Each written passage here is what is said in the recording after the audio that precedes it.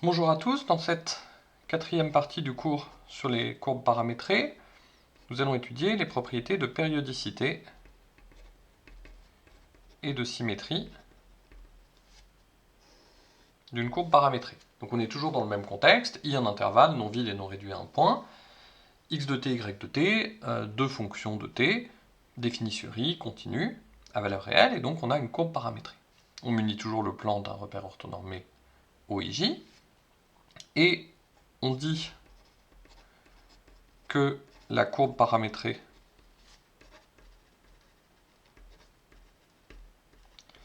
est périodique de période t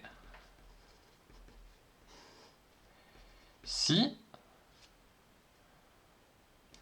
pour tout x, pour tout t appartenant à I, on a t plus grand T qui appartient à I, x de t plus grand T égale à x de t, et y de t plus grand T égale à y de t.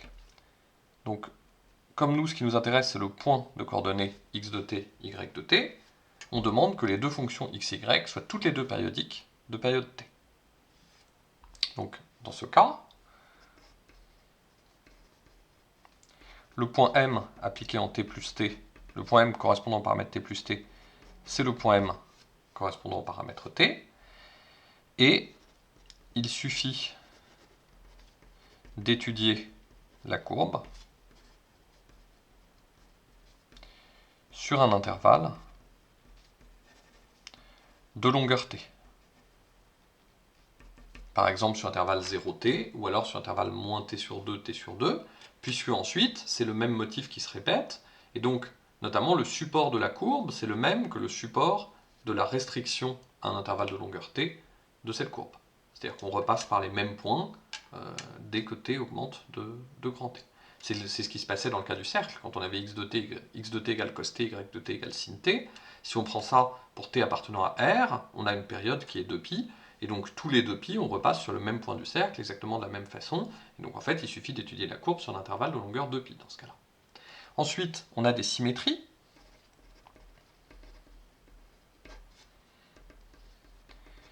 On va se donner phi, une fonction de I dans I, et on peut avoir les propriétés suivantes. Tout d'abord, si pour tout t dans I, x au point phi de t est égal à x de t, et y au point phi de t est égal à moins y de t, alors le point M correspondant au paramètre phi de t, il a la même abscisse que le point M de t et une ordonnée opposée. Donc c'est le symétrique du point M de t par rapport à l'axe OX. Donc c'est ce qu'on avait vu dans la troisième vidéo. Lorsque phi de t c'était moins t, on avait vu que x de moins t c'était x de t, y de moins t c'était moins y de t, donc le point correspondant à moins t était le symétrique du point correspondant à t par rapport à l'axe OX. Donc la courbe était globalement invariante par symétrie par rapport à cet axe OX, et donc il suffisait d'étudier la moitié de l'intervalle, en gros, et on en déduisait l'autre moitié en appliquant, en regardant les points de paramètres moins t, c'est-à-dire en faisant la symétrie par rapport à l'axe OX. De la même manière, si pour tout t dans I, x de phi de t est égal à moins x de t, et y de phi de t, c'est y de t, là on a la même situation, c'est-à-dire que m de phi de t est le symétrique de m de t, mais par rapport à l'axe OY.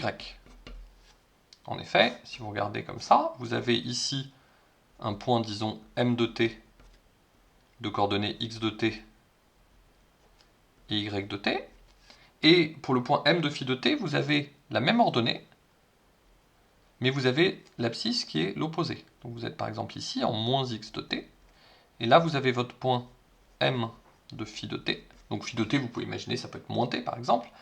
M de phi de t, c'est bien le symétrique de m de t par rapport à l'axe OY. Et enfin, si pour tout t dans I, on a x de phi de t égale moins x de t, et y de phi de t égale moins y de t, dans ce cas-là, m de phi de t est le symétrique de m de t par rapport au point O. Donc c'est une symétrie centrale de centre O. Donc ici, par exemple, si vous avez toujours le point m de t ici, avec son abscisse et son ordonnée, quand vous regardez le point qui a l'abscisse opposée et l'ordonnée opposée, eh bien vous voyez que ce point, c'est le symétrique de m de t par rapport à l'origine. Donc là, on a toute une situation. Là, en fait, ce qu'on a décrit, c'est le cas où x de phi de t, c'est plus ou moins x de t, y de phi de t, c'est plus ou moins y de t. En fonction des signes, on voit qu'on a ces trois cas possibles. Alors, on peut imaginer d'autres transformations géométriques. On pourrait avoir m de phi de t qui serait l'image de m de t par une certaine rotation de centre O, ou par une transformation un peu plus compliquée, une homothétie, ou des choses comme ça. Ceci dit, je ne sais pas quel niveau de familiarité vous avez avec les rotations et les homothéties, donc pour l'instant, on va se limiter à ces transformations-là, et ensuite on verra, vous verrez dans les exemples si on peut parfois dire autre chose. Et maintenant, on va traiter un exemple qui va nous permettre d'appliquer ces propriétés de symétrie et de périodicité. Donc l'intervalle, ça va être R. On va prendre x de t égale sinus t, et y de t égale sinus de 2t. Et on cherche à tracer cette courbe paramétrée, tracer son support plus précisément. Alors, on commence toujours par la périodicité. Alors là, c'est clair, la fonction x, c'est la fonction sinus, donc elle est périodique de période 2π, et y est aussi périodique de période 2π. Donc x de t plus 2π égale x de t, et y de t plus 2π, ça fait sinus de 2 fois t plus 2π, donc ça fait 2t plus 4π. Bon, mais quand on rajoute 4π à l'angle, ça ne change pas le sinus, donc ça fait bien y de t, c'est-à-dire sinus de t. Donc, la courbe est périodique de période 2π. Bon, et puis on sait qu'on ne pourra pas trouver une période plus petite, parce que la fonction sinus elle-même, elle n'a pas de période plus petite que 2π. Donc on peut étudier la fonction, la courbe, sur un intervalle de longueur 2π. On peut choisir 0π, on peut aussi choisir moins ππ. On va voir que c'est plus intéressant de l'étudier sur moins ππ. On l'étudie sur l'intervalle entre moins π et π. Alors maintenant, on va essayer de voir ce qu'on peut avoir comme propriété de symétrie. La première chose qu'on regarde, c'est quand on regarde en moins t. X de moins t, ça fait sinus de moins t, donc ça fait moins sinus t, donc ça fait moins x de t. Et pour y, c'est pareil, y de moins t, c'est moins y de t. Donc la courbe, globalement, c'est-à-dire si on regarde le support de la courbe, va être symétrique par rapport au point O. Donc on a une symétrie centrale de centre O. Et ça veut dire aussi que tout ce qu'on va faire pour des t positifs, via la symétrie centrale, nous donnera immédiatement la situation pour t négatif. Donc en fait, on peut restreindre notre intervalle d'étude, et donc on étudie sur 0π sur 2. C'est pour ça que tout à l'heure j'avais choisi d'étudier sur moins ππ et pas sur 0,2π, parce que j'avais prévu que cette symétrie t donne moins t nous permettrait, si on était sur moins ππ, de... Alors, c'est pas 0π sur 2, j'ai un peu anticipé, c'est 0π, nous permettrait de diviser par 2 l'intervalle, puisque nous on voulait étudier sur 0π, on sait que ce qu'on sait faire sur les positifs, on le déduit par symétrie centrale sur les négatifs, donc on va étudier sur 0π, par symétrie centrale on saura ce qui se passe entre moins π et 0, et en recollant les deux, on aura le dessin sur moins ππ. Donc là, on a divisé l'intervalle d'étude par 2 grâce à cette symétrie. Maintenant, on peut essayer de voir s'il n'y a pas une autre symétrie entre t et puis un certain phi de t, puisque là, phi de t, c'est pas forcément moins t. Phi ici, on a dit que c'était une fonction de i dans i. Vu que maintenant j'étudie entre 0 et π, si je veux avoir une fonction assez simple de 0π dans 0π, qu'est-ce que je peux prendre? Alors le plus simple, c'est des fonctions qui seraient affines, phi de t égale at plus b, et la première qui vient à l'esprit, quand on veut que ça aille de 0pi dans 0pi, ce serait une fonction qui envoie 0 sur pi et pi sur 0. Parce que bien sûr, si je prends phi de t égale t, ça n'aura aucun intérêt.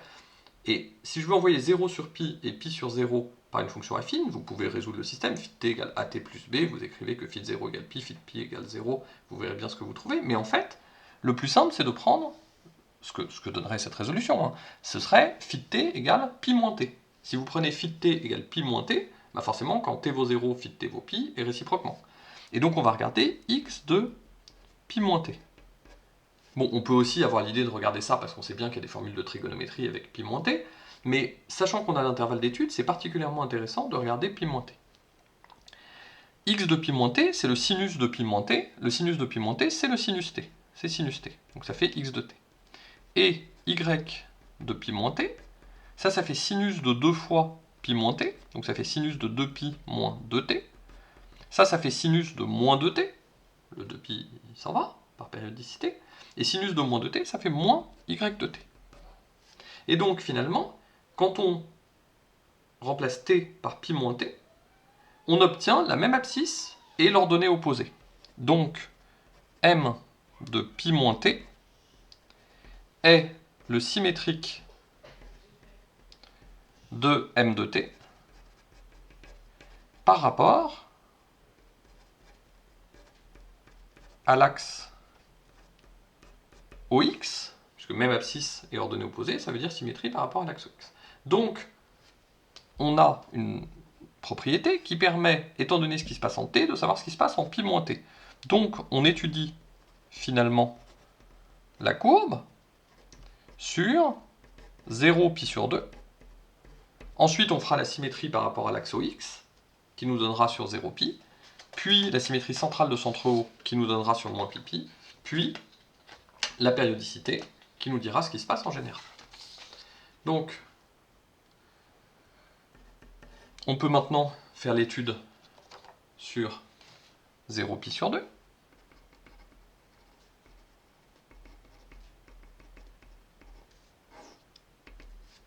Alors, je redonne les formules. X de t, c'est sinus t. Y de t, c'est sinus de 2t. Ces deux fonctions x et y sont bien dérivables sur 0 pi sur 2. On peut calculer les dérivées. X' de t, c'est cos t. Y' de t, c'est 2 fois cos de 2t. Alors on fait maintenant les tableaux de variation. Alors, pour le tableau de variation, donc on a t, x' de t, y' de t. Donc c'est plus agréable de le présenter comme ça, je trouve. C'est-à-dire de d'abord mettre les deux dérivés et ensuite les deux fonctions. Alors, on étudie entre 0 et pi sur 2, et on se demande s'il va y avoir des points intéressants à l'intérieur. Entre 0 et pi sur 2, les points intéressants seraient les points où la dérivée s'annule. Cos, ça ne va pas s'annuler sur 0 pi sur 2 ouvert. Par contre, cos de 2t, ça va s'annuler quand t vaudra pi sur 4. Donc on place le point pi sur 4. Alors, pour la dérivée, x' de t. Donc x' de t, c'est cos t, ça c'est toujours strictement positif.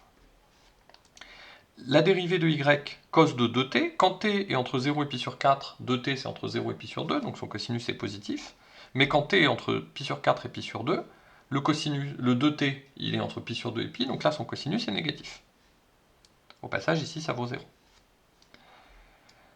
Du coup, on peut regarder pour x de t. X de t, donc en 0, x de t c'est sinus t, donc en 0 ça s'annule. En pi sur 4, on peut déjà calculer les valeurs. En pi sur 4, le sinus c'est racine de 2 sur 2. En pi sur 2, le sinus c'est 1. Et puis, entre-temps, c'est croissant, puisqu'on a calculé la dérivée tout à l'heure. Pour y de t, sinus de t, en 0 ça vaut 0. En pi sur 4, ça fait sinus pi sur 2, donc là ça fait 1.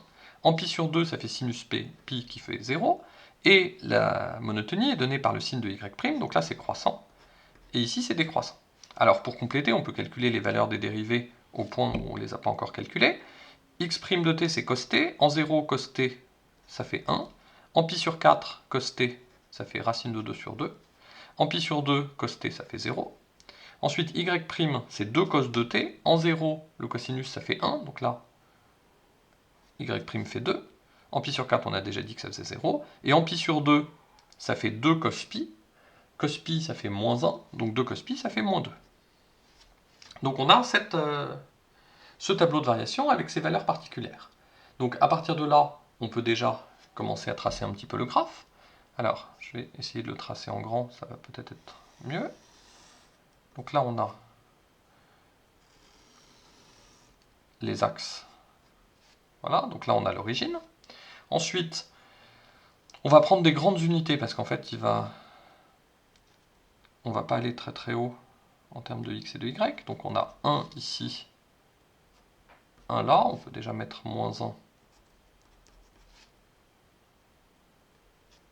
et moins 1. Alors, qu'est-ce qu'on peut tracer? On peut tracer déjà le point qui correspond à t égale 0. En t égale 0, on est à l'origine.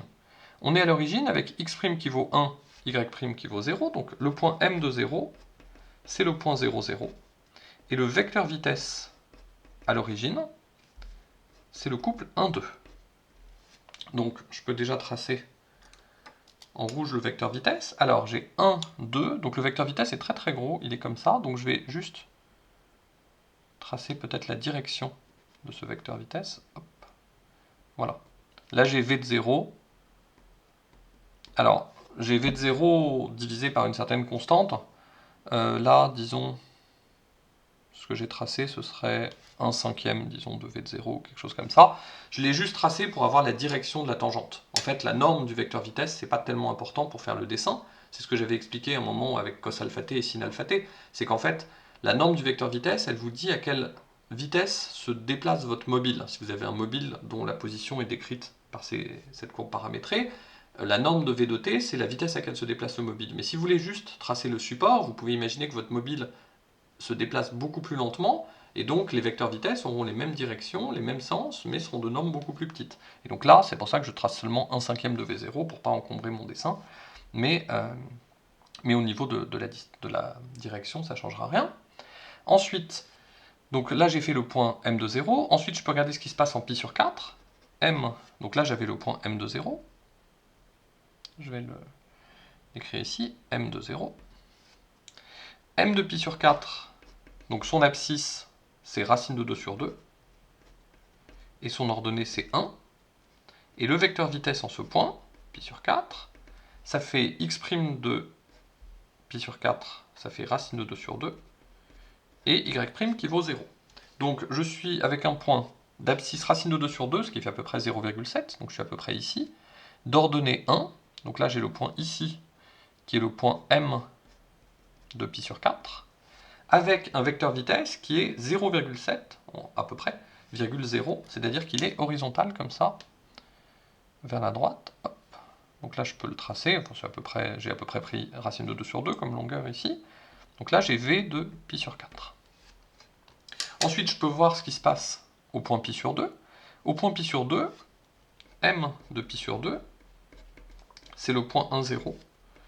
Et v de pi sur 2, c'est le vecteur 0, moins 2. Donc là, je suis ici, au point m de pi sur 2, et j'ai un vecteur vitesse qui est 0, moins 2. Donc, comme ça, et vers le bas. Donc là, pareil, j'ai tracé peut-être, je sais pas, 1/8 du vecteur vitesse en pi sur 2. Et donc là, j'ai les 3 points, disons, les plus importants, quand t varie de 0 à pi sur 2, j'ai tracé les 3 points les plus importants, et je peux regarder un peu comment ça se passe entre les deux. De 0 jusqu'à pi sur 4, quand t varie de 0 à pi sur 4, x et y augmentent, donc je pars ici et je vais jusque là en augmentant à la fois x et y, donc je me déplace toujours vers le haut et vers la droite. Donc là j'ai quelque chose qui part en étant vraiment tangent, et qui doit arriver en étant aussi tangent, comme ça. Ensuite, de pi sur 4 à pi sur 2, x continue d'augmenter, donc je vais vers la droite, et y diminue, donc je vais vers le bas, et je dois arriver en étant tangent ici. Donc il faut toujours bien épouser les tangentes à chaque fois. Et en fait, si vous épousez bien les tangentes, ça vous aide beaucoup à faire un dessin correct. Donc là, on a quelque chose comme ça. J'ai pas dessiné les tangentes, mais à chaque fois, en chacun des 3 points que j'ai considérés, la tangente, c'est la droite qui passe par le point et qui est dirigée par le vecteur tangent. J'ai ici, pour l'instant, enfin dans ce graphe, pour cette courbe paramétrée, j'ai que des points réguliers, c'est-à-dire qu'à chaque fois, le vecteur vitesse en tout point que j'ai considéré, en tout cas ces points-là, étaient à chaque fois non nuls. Donc là, j'ai mon graphe quand t varie de 0 jusqu'à pi sur 2. Alors si maintenant je me rappelle de ce que j'ai vu précédemment, on peut reprendre la symétrie avec m de pi moins t. C'était le symétrique de m de t par rapport à l'axe OX. Donc je peux faire la symétrie de cette courbe par rapport à l'axe OX. Donc ici, je fais le symétrique de ce point-là, et ici, je peux faire le symétrique aussi du vecteur. C'est juste pour m'aider à tracer. Et donc là, j'ai la courbe symétrique.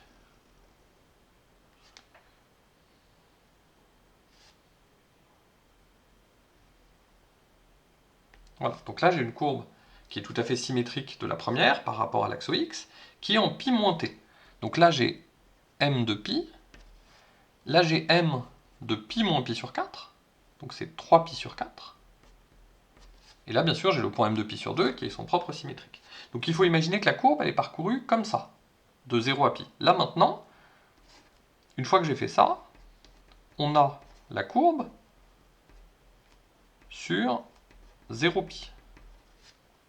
Et alors, si vous regardez les vecteurs vitesse, vous allez voir que le vecteur vitesse, vous pouvez le calculer, mais ça se déduit des phénomènes de symétrie. Le vecteur vitesse en 3 pi sur 4, il va être comme ça, puisque la courbe, elle est parcourue dans ce sens-là.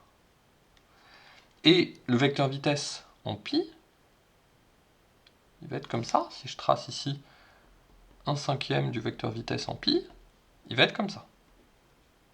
D'accord? Toujours, il faut faire bien attention au sens. Et on a le même phénomène que ce que j'avais dit dans la vidéo précédente, que en fait, la symétrie par rapport à l'axe OX sur les points, ça donne une symétrie par rapport à l'axe OY sur les vecteurs vitesse. Alors une fois qu'on a fait ça, on remonte pour avoir maintenant la situation sur 0 de pi. Pour ça, ce qu'on avait dit, c'est que m de moins t, c'était le symétrique de m de t par rapport à l'origine. Alors là, il faut faire le symétrique de toute cette figure. Donc là, j'ai m de pi sur 4 qui est ici, donc je vais avoir m de moins pi sur 4 qui va être ici. Là, je vais avoir ce point-là qui va être m de moins pi sur 2. Là, j'ai m de 3 pi sur 4, donc son symétrique va être ici, m de moins 3 pi sur 4. Et je vais aussi avoir le symétrique des tangentes. Donc si je trace, alors, si je veux faire le symétrique des vecteurs vitesse, il faut que je fasse un peu plus attention. C'est-à-dire que la courbe, on peut partir, disons, de ici, ce point-là, ce sera aussi m de moins pi. Si on veut la parcourir dans le bon sens, on la parcourt comme ça, moins pi, donc je la parcours dans le sens des t croissants toujours. Moins pi, là j'ai moins 3 pi sur 4, ensuite moins pi sur 2, moins pi sur 4, et là j'arrive à 0. C'est dans ce sens-là qu'on va parcourir la courbe, si on veut aller avec t croissant de moins pi à pi.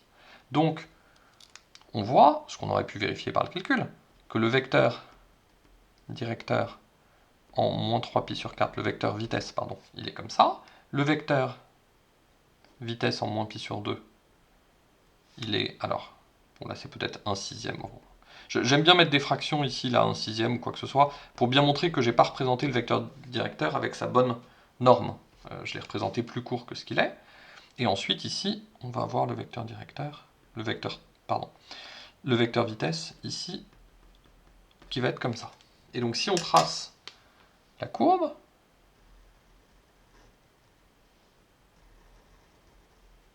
on a quelque chose comme ça. Ici, c'est comme ça.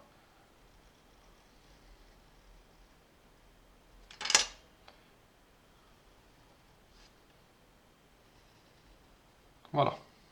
Et donc on a finalement notre courbe, sachant qu'on part ici, ce point-là, c'est aussi le point m de moins pi. Donc on a maintenant le tracé, on a la courbe sur moins pi pi. Et ensuite, si là vous la voulez sur R, vous avez une périodicité de 2π, donc une 2π périodicité, qui vous donne la courbe sur R. Et donc vous voyez que si vous partez par exemple en moins pi, la courbe elle fait comme ça, comme ça, elle repasse ici, elle refait ça, ensuite elle revient ici en moins pi, et ensuite si vous continuez, vous repassez, là vous arrivez là en 2pi, puis en 3pi, puis en 4pi, et ainsi de suite. Donc vous parcourez comme ça une infinité de fois la courbe, si votre paramètre t décrit R. Et finalement, juste pour conclure, on a ce point double, qui est, disons, si vous regardez la courbe sur 0, 2pi, vous avez un seul point multiple, c'est-à-dire un seul point qui est obtenu pour plusieurs valeurs du paramètre t, c'est le point, l'origine, qui est obtenue pour tous les t qui sont multiples de pi.